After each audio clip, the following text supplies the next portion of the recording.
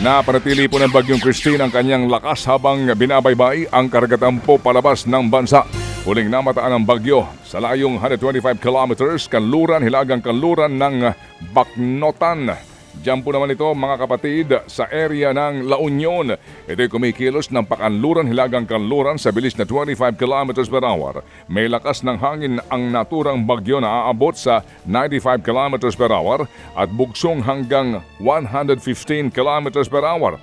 At ayon po sa Pag-asa, posibleng lumabas ng bansa ang bagyo mamayang hapon. Sa ngayon po'y nakataas pa rin ang Storm Signal number 2 sa ilang lalawigan po ng Luzon. May mga lugar din pong nakataas pa rin ang Signal number 1 hanggang sa Kabisayaan. Sinuspinde naman ulit ng Malacanang ang pasok sa lahat ng antas sa buong Luzon ngayong Biyernes po yan, Oktubre 25. Wala ring pasok ang lahat ng government offices ayon pa rin sa palasyo.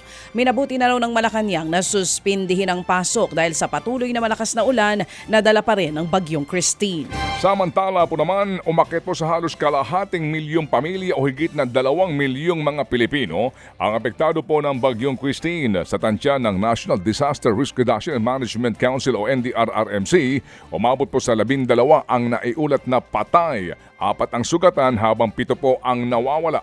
Umakyat na rin po sa higit na 9 milyong piso ang pinsala sa sektor ng agrikultura. Napakababa po nito hindi po ito ganun po ka-accurate ika nga po dahil inaalam pa ho talaga ang lawak ng pinsala.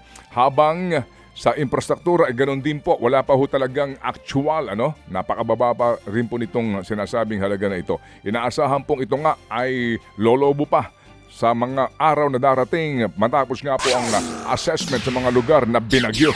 Inatasan naman ng Pangulong Bongbong Marcos Jr. ang Interior Department na magtayo ng mga emergency field hospital at magdala ng mga gamot sa Naga City at sa iba pang mga lugar na binayo ng Bagyong Christine.